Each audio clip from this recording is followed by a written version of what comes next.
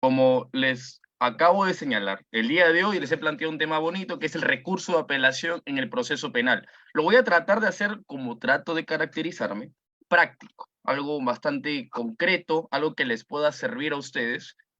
Entiendo que el grueso de los participantes son estudiantes de Derecho, para que ustedes puedan entender el recurso de apelación y asimismo poder aplicarlo en algún escenario que se le presente cuando vayan a redactar una apelación, ya sea de sentencia o de un auto, ¿no? Vamos a hablar hoy ya sobre ello. Entonces, como bien dice la primera diapositiva, recurso a apelación en el proceso penal peruano, consideraciones prácticas. Vamos a tratar de ser bastante prácticos, concretos, y lo que pretendo hacer con esta sesión de hoy es que ustedes despierten ese interés en profundizar el tema. Yo les voy a hablar hoy día, el día de hoy, temas concretos, prácticos, referenciales, y ustedes está la tarea para que profundicen en lo que yo les voy a señalar, ¿correcto? Entonces, iniciamos. Miren ustedes. En primer lugar, debemos señalar lo siguiente. La apelación, el recurso de apelación, está dentro de los medios de impugnación, ¿correcto? Como medio de impugnación tenemos al recurso de apelación, tenemos a la reposición, tenemos el recurso extraordinario de casación, tenemos el recurso de queja, ¿correcto? Entonces, como primera idea, la apelación está dentro de los medios de impugnación. Pero, ¿qué cosa es un medio de impugnación? Porque se suele confundir entre medio de impugnación y entre un recurso. Se piensa que es lo mismo y es completamente distinto. Miren aquí, ¿qué cosa es un medio de impugnación? Vamos a partir de lo general para ir hacia lo específico, ¿correcto? ¿Qué cosa es un medio de impugnación? Según Zamudio y Ovalle Favela, unos doctrinarios argentinos muy importantes en el derecho procesal penal, menciona que son instrumentos, los medios de impugnación son instrumentos jurídicos consagrados por las leyes procesales para corregir, modificar, revocar o anular actos y resoluciones jurídicas cuando adolece de deficiencias, errores o injusticia. ¿Correcto? Entonces, como primera idea, los medios de impugnación son instrumentos jurídicos considerados por la ley procesales. ¿Por qué lo he señalado o por qué lo he subrayado y lo he puesto rojito? Porque cuando se refiere a instrumentos jurídicos consagrados por las leyes procesales, quiere decir que lo encontramos ¿en dónde? En el Código Procesal Penal. Cada institución jurídica, cada ordenamiento jurídico de diferente legislación de diferente país tiene consagrado un capítulo dirigido a la impugnación, ¿correcto? Que va a hacer conforme a su sistema de impugnación amplio, rígido, mixto, etcétera. Por ejemplo, nosotros tenemos un sistema aparente, es un sistema mixto de apelación, ¿no? Pero lo encontramos dentro de las leyes procesales y tiene como finalidad corregir, modificar, revocar cualquier decisión judicial que consideremos adolece de deficiencias o errores, ¿correcto? Entonces, ¿cómo lo puedo resumir? De forma gráfica, de forma sintética. Los medios de impugnación se dividen en dos según la doctrina, estimados amigos, ¿correcto? Los medios de impugnación pueden ser recursos o pueden ser remedios. Entonces, cuando ustedes escuchen medios de impugnación o la impugnación, inmediatamente tienen que tener idea que estamos hablando ya sea de recursos o ya sea de remedios. Los recursos son dirigidos mayormente a la jurisdicción que lo va a resolver es un superior. Es decir, un recurso se caracteriza porque la resolución de esto lo hace un superior. ¿Ok?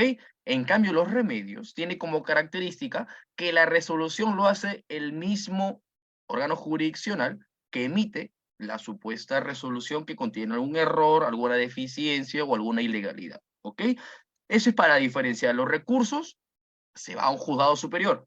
Los remedios, el mismo juez que lo emite es el mismo que lo absuelve. ¿Ok? ¿Algún ejemplo de recursos? La apelación, la casación, como ejemplo. Y algún ejemplo de remedio tenemos la reposición, ¿no? Por excelencia. El remedio por excelencia es la reposición, porque se interpone ante el mismo juzgador que ha emitido una resolución o una decisión que consideramos se puede apelar o no se puede reconsiderar.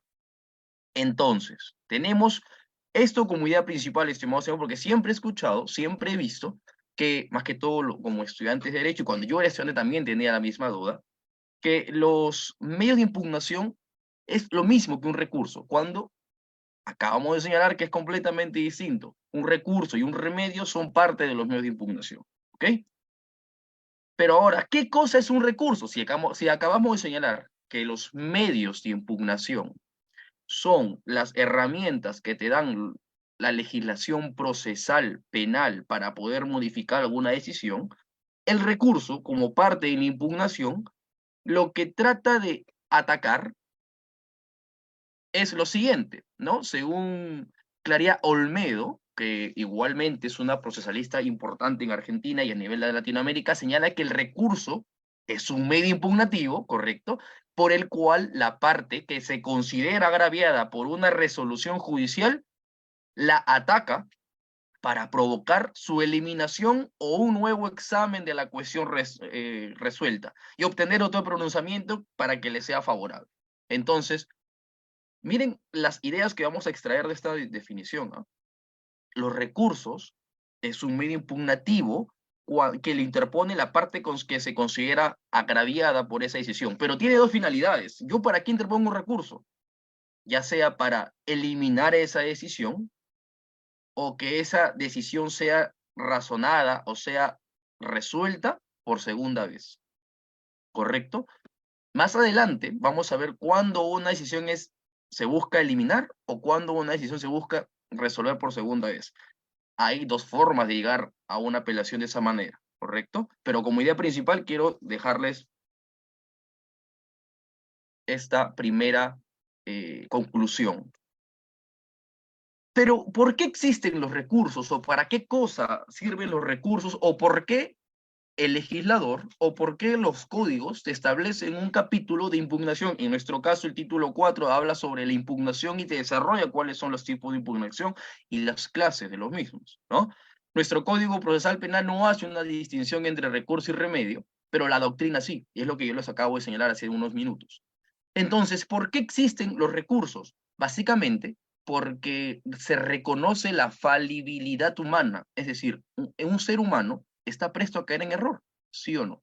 Un ser humano, a pesar de ser un juez que conoce de leyes, puede ser una persona que se deje llevar por subjetividades. Un caso mediático, ¿no? Un caso que tenga que ver, por ejemplo, un caso por violación sexual en menor de edad. Supongamos que hay un caso por violación sexual en menor de edad y quien condena es una persona que acaba de ser padre. ¿Ustedes no creen que el juez que acaba de ser padre y está juzgando un caso por violación sexual en menor de edad no va a estar un poco contaminado, entre comillas, en su decisión por temas subjetivos? Obviamente que sí. O, por ejemplo, algún juez que haya realizado algún análisis incorrecto por su carga procesal. Es posible.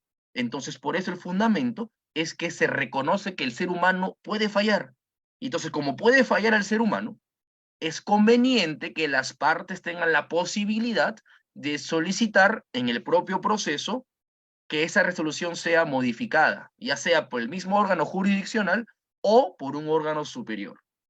Es decir, ya sea a través de un remedio o a través de un recurso, ¿correcto? Como garantía de una mayor ponderación para los supuestos de resolución más complejos y asuntos más graves. Entonces, por eso existen los recursos, porque se entiende que el ser humano puede fallar. Un juez, a pesar de ser un juez con los mayores conocimientos y pergaminos académicos, no deja de ser humano. Entonces, como no deja de ser un ser humano, puede fallar. Entonces, como puede fallar, el derecho le da la posibilidad a quien se considera agraviado por esa decisión para que se pueda resolver en un segundo análisis, ¿no? Y confirmar si es que el análisis es correcto o corregir si es que hay algún error o vicio al emitir aquella resolución judicial, ¿correcto? Esta es como primera idea. Como segunda conclusión, mejor dicho. Pero el recurso de apelación es parte de lo que se le conoce como el derecho a la doble instancia, el derecho a poder acudir a una resolución con segundo análisis. Y para ello tengo jurisprudencia que a ustedes seguramente les va a ser muy útil. Miren ustedes, expediente 1243-2008, proceso de habeas corpus del Tribunal Constitucional. ¿Qué dice en el caso Luis Bastidas Villanes del 1 de septiembre del 2008? Considerando número 2, el derecho de acceso a los recursos constituye un elemento conformante al derecho del debido proceso. Ustedes saben que el debido proceso se le conoce como derecho continente. ¿Por qué al debido proceso se le conoce como derecho continente? Un continente que contiene varios países, ¿no? Entonces, el debido proceso se le conoce como derecho continente porque dentro de este derecho hay otros derechos que pertenecen al debido proceso. Entre ellos, el derecho a la defensa, el derecho a la debida motivación de las resoluciones judiciales, el derecho a la pluralidad de instancias, etcétera, etcétera. Entonces, por eso es que el Tribunal Constitucional, en este caso, menciona que el recurso constituye un elemento conformante al derecho al debido proceso derivado del principio de la pluralidad de instancias, que está obviamente prescrito en el artículo 139, inciso 6 de nuestra Constitución Política del Perú, y además está previsto en los tratados internacionales, ¿correcto? Durante el proceso, toda persona tiene derecho en plena igualdad a las siguientes garantías mínimas, entre otras, derecho al recurrir un fallo ante el juez o tribunal superior. Entonces, el Tribunal Constitucional ya ha dejado sentado que la pluralidad de instancias es un derecho que tienen todas las partes procesales y que además puede cuestionar alguna resolución para que el mismo juzgado pueda recapacitar jurídicamente y cambiar su decisión, o que un tribunal superior le diga, estás equivocado, corrígelo como debe ser. Hay otra jurisprudencia también del mismo año del 2008. Oh, perdón, en el mismo caso. En el incidente 3, en el fundamento 3 mencionan, en el caso del proceso de habeas corpus, en el 1243-2008, donde dice, sin embargo, el derecho a la pluralidad de instancias, entiéndase como recurrir alguna apelación, recurrir alguna decisión para que sea resuelta de una manera mucho más favorable, dice que la pluralidad de instancias no implica un derecho del justiciable a recurrir todas y cada una de las resoluciones. Es decir, está bien que tengo el derecho a la pluralidad de instancias, pero eso no quiere decir que voy a apelar, que voy a recurrir cualquier decisión que se me dé la gana. No, eso sería un abuso del derecho, sería ir al extremo, cuestionar cualquier decisión. Eso afectaría el trámite correcto del proceso, la dinámica del proceso, y estaríamos truncando ciertos actos procesales. Entonces, por eso es que el tribunal nos dice que no es que se pueda recurrir todas y cada una de las resoluciones que se emiten en un proceso. El Tribunal Constitucional ha señalado que se trata de un derecho de configuración legal. Es decir, la norma, cuidado con los micros, estimados amigos, para que no se filtre, la norma te dice cuándo apelar, ante quién apelar, cómo apelar. Porque si estaríamos, y como lo señalé al inicio de la ponencia, si estamos ante un sistema de apelación o de recurso abierto, ilimitado, se podría cuestionar cualquier decisión, simplemente porque nuestra legislación lo permitiría, pero en este caso no. En este caso tenemos un sistema de apelación mixto, donde podemos apelar la mayoría de decisiones que emite el juez, sí, pero bajo determinadas reglas. Podemos apelar las que consideremos, pero bajo determinadas reglas. Y esas reglas las pone la norma. Por eso señala el Tribunal Constitucional que no es un derecho absoluto, sino que se trata de un derecho de configuración legal, correspondiendo al legislador determinar en qué casos, aparte de la resolución que pone fin a la instancia como una sentencia condenatoria o absolutoria, cabe la impugnación, ¿correcto? Esta idea es importante. Es un derecho, si bien es cierto, que tienen todas las personas, pero no es ilimitado. Lo limita la norma. La ley dice de qué forma y de qué modo puedes interponer un recurso de apelación. Y esto está vinculado efectivamente a la legalidad procesal. Nosotros revisamos el título preliminar de nuestro Código Procesal Penal en el artículo 1, numeral 4, señala que las resoluciones son recurribles en los casos y en el modo previsto por la ley. Los casos y modos previstos por la ley. Es decir, el título ya te pone un parámetro, ya te pone un marco de regulación si es que tú pretendes impugnar. No puedes impugnar por impugnar, no puedes apelar por apelar. Tienes requisitos que tienes que cumplir con la norma. Por eso es que hay dos filtros al momento de que tú interpones un recurso de apelación o cualquier recurso. Hay un filtro de admisibilidad y hay otro filtro de fundabilidad. Es decir, primero te analizan si es que has interpuesto correctamente el recurso, con las formalidades, has determinado un agravio, has vinculado ese agravio a una pretensión concreta, has hecho las formalidades que te exigen la norma.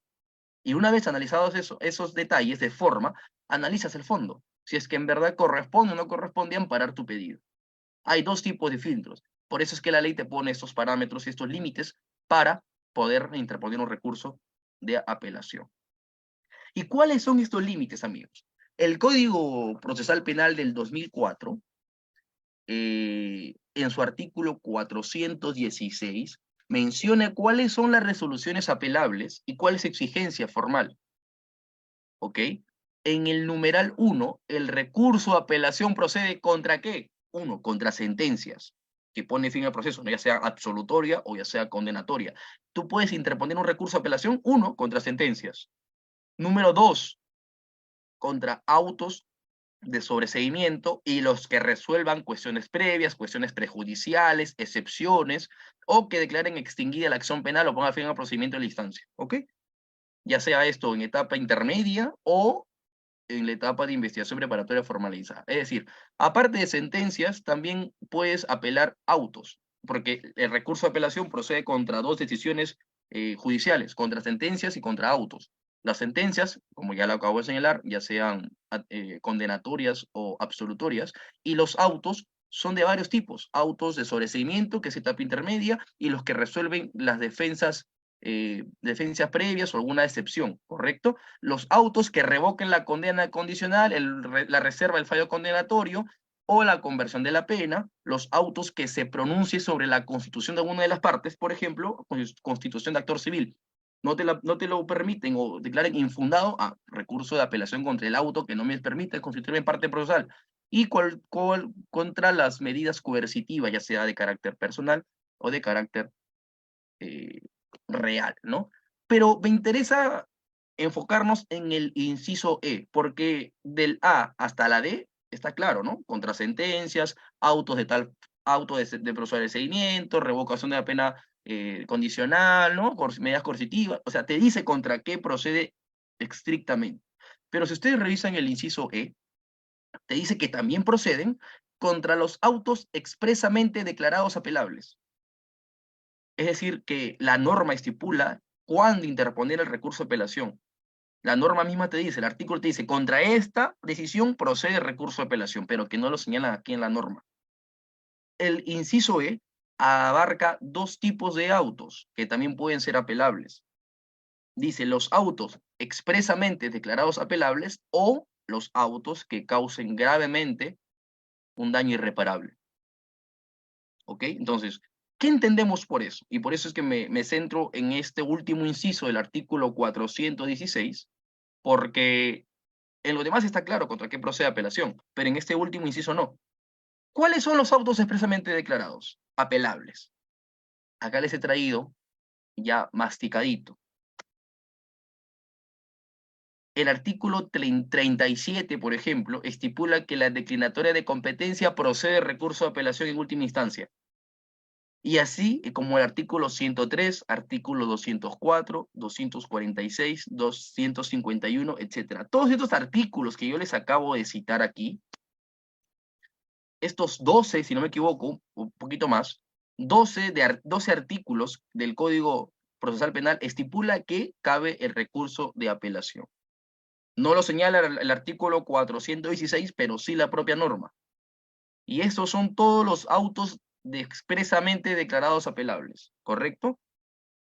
Pero ahora, ¿cuáles son los autos que causen gravamen irreparable? Creo que eso es un poco más a la interpretación, ¿sí o no? Porque, ok, correcto.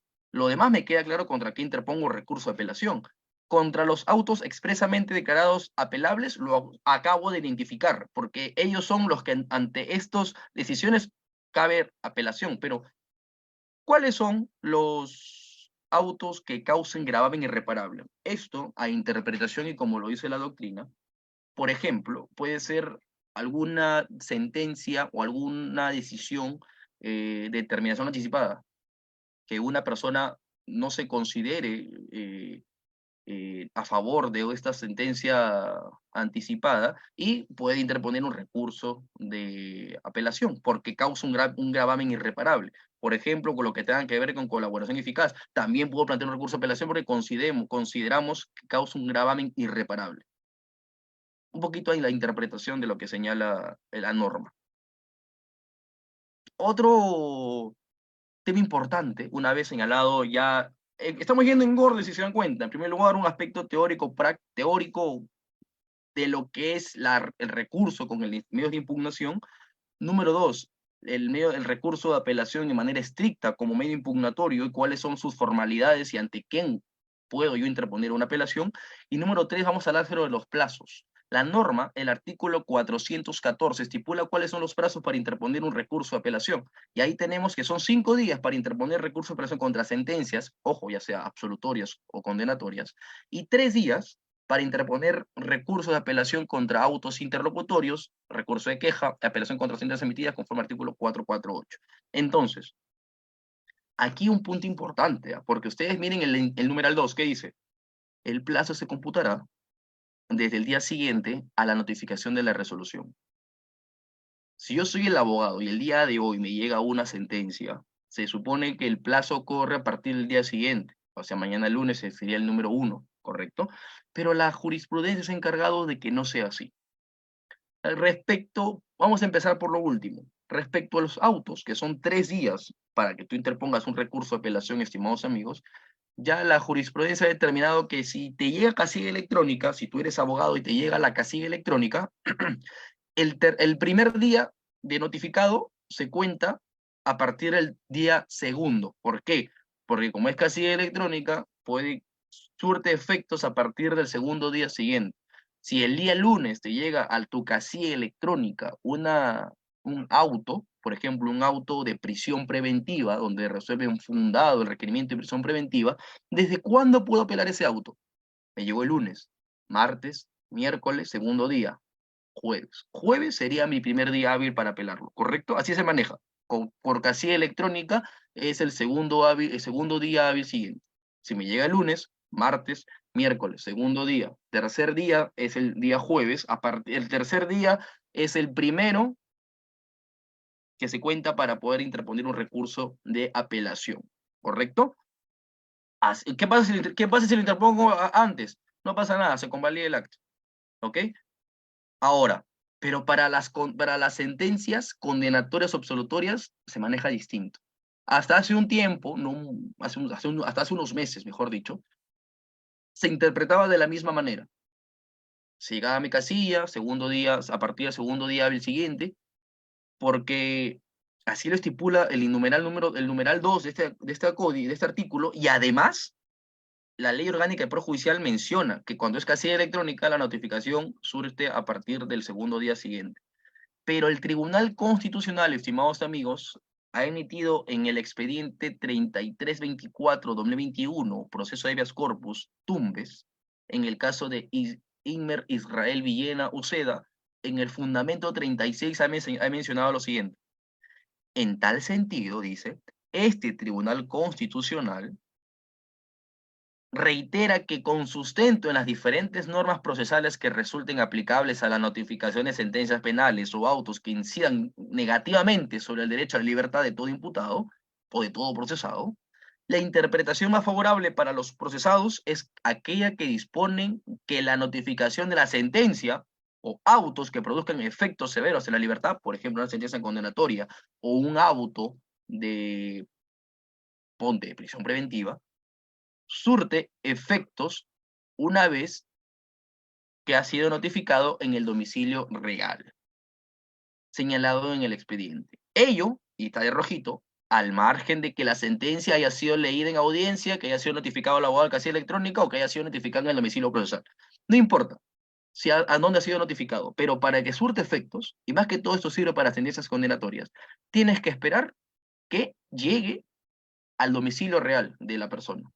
Yo tengo ahorita en pleno proceso un caso de una condena, de una sentencia condenatoria, y para yo poder contar los plazos que tengo para apelar, que son 5 días, estoy esperando que esa sentencia llegue al domicilio del patrocinado, al domicilio legal que aparece en el DNI, el domicilio real. No, a mi casilla, ya llegó a mi casilla, pero yo quiero, no estamos esperando que llegue al domicilio real para que surte efectos. Ahora, si es que mi patrocinado estuviera preso, si estuviera en prisión, si estuviera ya capturado, no voy a esperar que llegue, obviamente, voy a apelar, si ya tengo yo la sentencia a mi casilla, voy a apelarlo cuanto antes posible y lo presento y ya me doy por notificado sin esperar la notificación a domicilio. ¿Eso por qué lo hace el Tribunal Constitucional? Porque muchas veces, una vez que hay una sentencia condenatoria, quieren cambiar de abogado y el abogado no hace la renuncia al patrocinio, no hace la subrogación y le siguen llegando las notificaciones, pero ya no tiene contacto con la persona sentenciada. Y la persona sentenciada jamás se enteró que ya había llegado la notificación, que tenía plazo de 5 días para apelar. Entonces, para evitar esos problemas, el Tribunal Constitucional ha dicho, ok, para evitar estos problemas procesales, estos inconvenientes prácticos, que la sentencia condenatoria o sentencias o autos que tengan incidencia en la libertad de la persona, el plazo para interponer el recurso de apelación, ya sea de 5 o 3 días, va a correr desde que le llega al domicilio real o legal del imputado. No importa si ya notifica al abogado, no importa si notifica el domicilio procesal, no importa si, si la sentencia ha sido leída en audiencia, no importa. El plazo va a correr desde la persona imputada o la persona procesada ha sido notificado a su domicilio. A partir de ahí, esta persona podrá contratarse con un abogado y contar los 5 días o 3 días que correspondan para interponer. Asunto solucionado. Este es el plazo para interponer, amigos. Ahora vamos a tener un tema, y con esto creo que es el tema más importante de la sesión del día de hoy. Es seguramente porque muchos de ustedes tienen dudas en lo siguiente. Estoy frente a un recurso de apelación, estimados amigos. ¿Cuándo planteo una pretensión revocatoria o cuándo planteo una pretensión nulificante o una nulidad? Por ejemplo, tengo mi sentencia condenatoria, me llegó a mis manos, comienzo a leerla y voy a hacer mi apelación. Pero en mi apelación, ¿cuál va a ser mi pretensión? ¿Que se revoque la sentencia? Es decir, de condenatoria pase a absolutoria, o voy a plantear una pretensión nulificante, que se anule la sentencia y que se haga un nuevo juicio. ¿Cuándo voy a plantear una de estas dos pretensiones? Creo que es importante este tema, porque hay mucha confusión. No sabemos, y me incluyo, anteriormente no sabemos, cuándo plantear una revocatoria de sentencia o una revocatoria de auto, o cuándo planteamos nulidad de sentencia o nulidad de auto. Vamos a comenzar con lo siguiente. En una apelación, en un recurso de apelación, ya sea de autos, de sentencias o de autos, puedo tener dos pretensiones bastante concretas, estimados amigos.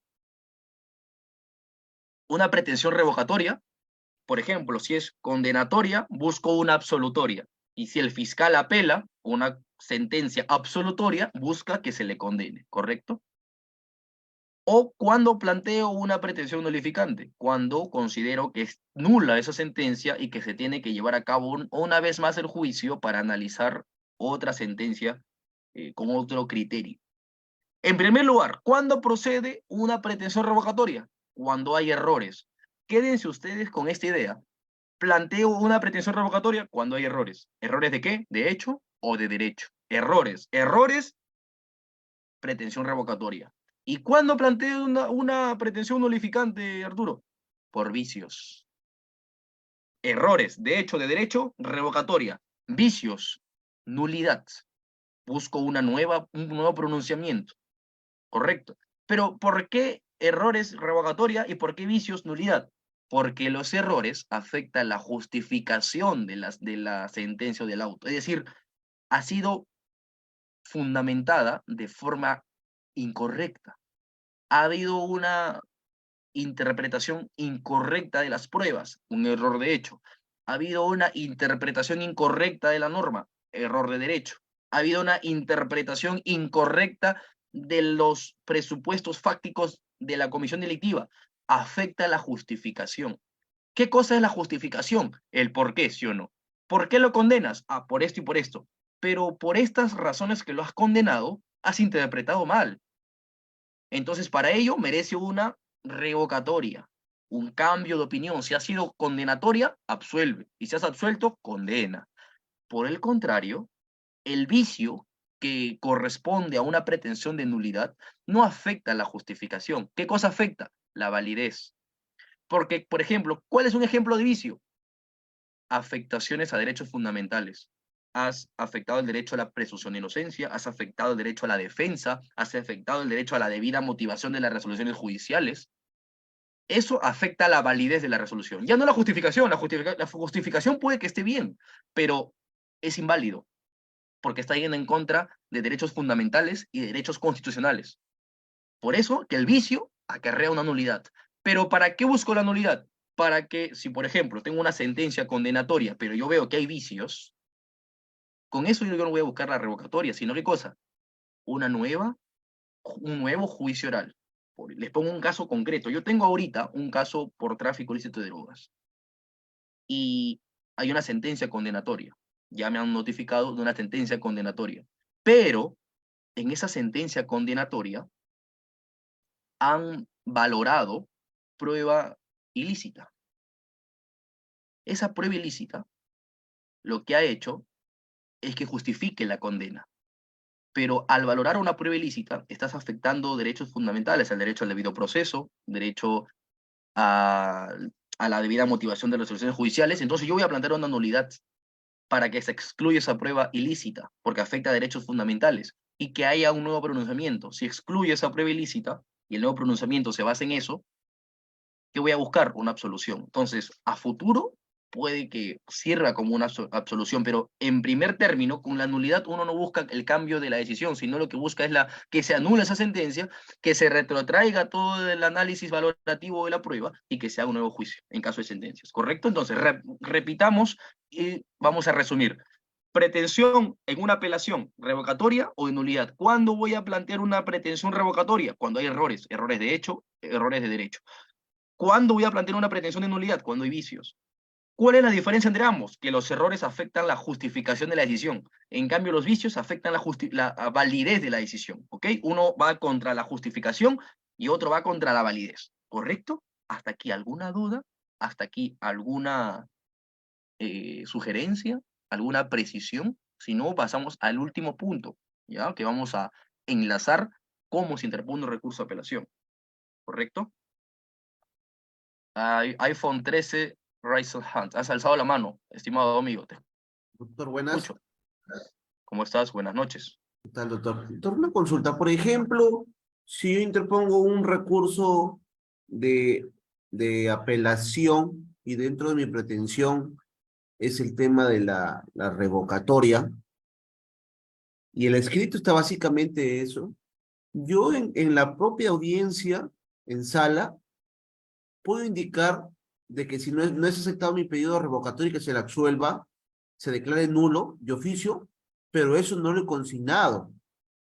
Entonces, usted que tiene experiencia, ¿cuáles Mire, son los criterios de la sala? Porque me parece que algunas te aceptan, algunas no te aceptan, algunas te cortan, e incluso cuando lo haces declarar al imputado, al condenado en segunda instancia, he visto de que hay una sala donde dicen ya declara, ¿no? Declaran todo, no, cómo sucedió el caso, ¿no? Pero hay unos que te dicen que declare de acuerdo a los puntos que tú has apelado. O sea, si apelaste 2 puntos, en eso solamente te limitan que declare.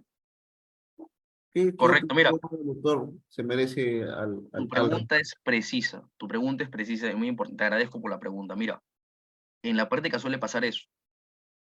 Tú planteas una pretensión revocatoria, pero no planteas una pretensión nulificante. O planteas una pretensión nulificante y en realidad podría ser una revocatoria. Puede pasar. ¿Qué sucede? Va a depender mucho del criterio de la sala, porque el criterio de la sala puede decir, por, por el principio de iura novit curia, el juez conoce de derecho, puede que este abogado ha planteado una pretensión revocatoria cuando en realidad la sala advierte que es una pretensión nulificante, porque hay vicios, afectan derechos fundamentales, afecta la legalidad procesal, y los jueces superiores en la audiencia de vista, los jueces pueden advertir ese error del abogado y decir, bueno, me aparto de lo pretendido por el abogado y por una cuestión de iure non et curia y por, en aras la libertad de la persona o de la defensa eficaz, de la defensa necesaria, nosotros consideramos que es nulidad. Retrotráigase todo y hagamos un juicio oral nuevo.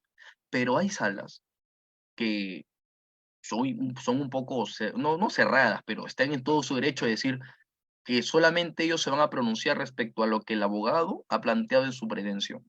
Si el abogado ha planteado revocatoria, ellos van a decidir si corresponde eso o no, a pesar de que puede existir alguna nulidad de oficio.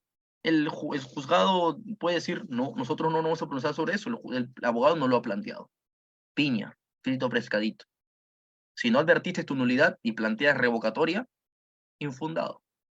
Ahora, que por error o por desconocimiento tú plantees un vicio en tu desarrollo de la apelación y pretendas buscar una revocatoria, va a ser improcedente de llano. ¿Ah? Por ejemplo, advierto una afectación al debido proceso y a la debida motivación de resoluciones judiciales por valorar prueba ilegal. Eso afecta a la validez, pero fundamento eso y en pretensión pongo, por lo tanto, solicito que se revoque la condena. El juez va a decir, aguanta, me estás pidiendo una revocatoria en base a un vicio, error, improcedente. O puede que también digas, el juez ha valorado de manera incorrecta los medios probatorios o ha valorado de forma incorrecta los supuestos fácticos del delito imputado. Y en base a esos errores desarrollados en tu apelación, planteas como pretensión una nulidad. El juez va a decir, o sea, en base a un error me pides nulidad improcedente. Entonces, ¿qué es lo que yo recomiendo siempre? Como siempre digo, más vale exceso que defecto. Yo en mis apelaciones fundamento las dos. Hago una pretensión revocatoria, con errores obviamente, advierto cuáles son los errores, y como una pretensión alternativa, y esto es parte de teoría general del proceso, cuáles son las pretensiones, hay pretensión accesoria, pretensión principal, pretensión alternativa, pretensión, como 5 o 6 hay. Entonces yo planteo como pretensión principal mi pretensión revocatoria, porque considero que tengo mucho más elementos en los errores, y encuentro por ahí un vicio. Entonces lo pongo como pretensión alternativa, la nulidad por algún vicio. Entonces tengo ambos, obviamente que la justificación y la fundamentación de ambos es completamente distinta, completamente distinta. La revocatoria lo voy a basar en los errores de hecho, de derecho, y la nulidad más que todo me voy a ir justificando con el artículo 150 del Código Procesal Penal, que afectan derechos fundamentales, garantías, etcétera, etcétera. Es completamente distinta la fundamentación. Entonces, estimado amigo, y para resumir, como recomendación te digo que pongas una pretensión revocatoria como principal y una alternativa como nulidad. O si consideras que tu caso tiene más vicios, plantéala como pretensión principal y una pretensión revocatoria como una pretensión alternativa si por ahí encuentras uno o dos errores muy puntuales. Eso es parte ya de la experiencia que cada uno tiene y te vas a ir dando cuenta conforme tenga los casos, pero yo planteo de las dos maneras. Siempre mis apelaciones tienen dos pretensiones para justificar ambos y así abarco cualquier decisión. Ya no le doy campo de omisión al juzgado superior. Yo, por defensa eficaz, trato de desarrollar ambos puntos. Ahora, si es que ya no encuentro vicios, bueno, no hay vicios, pues no, caballero, no voy a inventarme tampoco un vicio. ¿Te sirvió la respuesta, estimado amigo?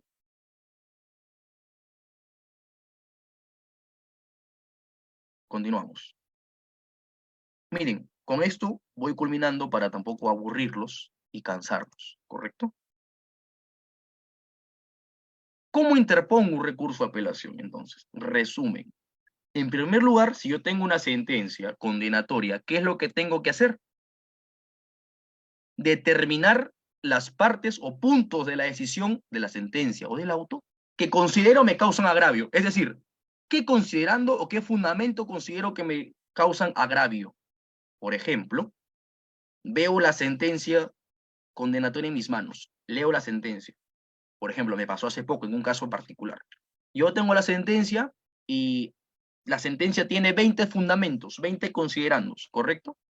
Y los dos primeros me hablan sobre cosas teóricas, no sirven de nada. Y a partir del tercer fundamento, hasta el 15 fundamento, del fundamento 3 al fundamento 15 es un copia y pega de el informe policial, o en este caso de lo que la policía había hecho como atestado. espérate, esto me causa agravio. No puedes fundamentar una sentencia con el resumen que ha hecho un policía al inicio de las investigaciones. Entonces yo pongo como agravio, del fundamento 3 al fundamento 15 me causan agravio porque van en contra de la debida motivación de las resoluciones judiciales. Perfecto.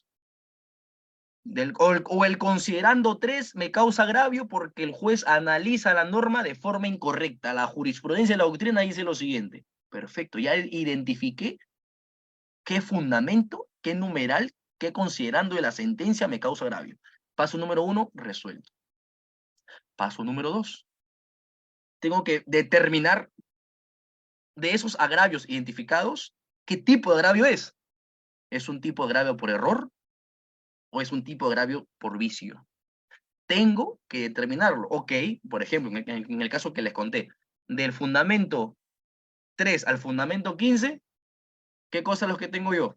Una afectación a la garantía de la debida motivación de las resoluciones judiciales. ¿Qué puede ser ahí? Un vicio. Correcto, es un vicio lo que tengo. Y tercer lugar, tengo que tener mi pretensión concreta. ¿Qué voy a plantear? ¿Una revocatoria o una nulidad? Estos fundamentos me causan agravio y estos agravios son un vicio. Entonces, ¿qué voy a pedir? La nulidad. Perfecto, la nulidad planteo entonces. Otro ejemplo, tengo mi sentencia condenatoria y veo que han analizado las declaraciones de testigos como fundamento de esa sentencia condenatoria, pero no han advertido contradicciones. Uno dice que sí lo mató, otro dice que no lo mató, otro dice que el mismo que dijo que sí lo mató, después dice que no se acuerda, y el que dijo que no lo mató, después dijo que le contó que no lo mató. Esas contradicciones, por ejemplo, fundamento número 4 de la sentencia condenatoria. Pepito de los Palotes dijo que lo mató. Fundamento número 6. Pepito de los Palotes después dijo que no se acordaba. Ah, fundamento número 3 y fundamento número 6 me causan agravio. ¿Por qué? Porque hay contradicciones advertidas. ¿Qué tipo de agravio es eso? Un error. ¿Error de qué? Error en la interpretación probatoria. Error de hecho. Interpretación probatoria. Error de hecho. ¿Cuál es mi pretensión concreta entonces? Ah, la revocatoria. Eso merece una revocatoria. Has analizado mal las pruebas, ¿correcto? Y así puedo hacer muchos ejemplos más. Repito, con esto culmino. Número 1, para interponer un recurso de apelación, determinar o identificar los agravios. ¿Qué cosa es eso, estimado doctor Arturo o Arturo, como quieran llamarme? ¿Qué cosa es determinación de agravios? Leer la sentencia condenatoria y ver qué punto considero yo que ha sido mal analizado, no se ha advertido algún error o va en contra de las garantías constitucionales o derechos fundamentales. En el numeral 2 de la sentencia, el juez ha puesto esto. Oye, esto está mal. Agravio. Esto tiene agravio. Número 4, el juez ha puesto esto. Está mal para mí. Agravio. Determinar cuáles son los puntos que determinan agravios. Número 2, esos agravios, ¿qué cosas son? ¿Es un error de hecho, de derecho, o es un vicio que afecta a garantías constitucionales? Y número 3, si ya determiné qué tipo de errores, tengo que vincularlo con una pretensión. Si es un vicio, no puedo decir que busco la revocatoria. Un vicio siempre va a ir acorde con la nulidad. Y si tengo un error tampoco puede fundamentarse en nulidad. Un error va de la mano con una revocatoria, estimados amigos. Entonces, he tratado de ser bastante práctico, bastante concreto, y hasta aquí ha sido todo conmigo, estimados amigos. Espero que les haya ayudado un poco en determinar la apelación, en cómo redactar una apelación. Estos son mis datos. Mi nombre es José Arturo Matos Moncada. Está mi teléfono, mi correo. En redes sociales estoy como José Arturo Matos. Y cualquier otra duda, consulta, estoy completamente abierto a poder responderle, estimados amigos.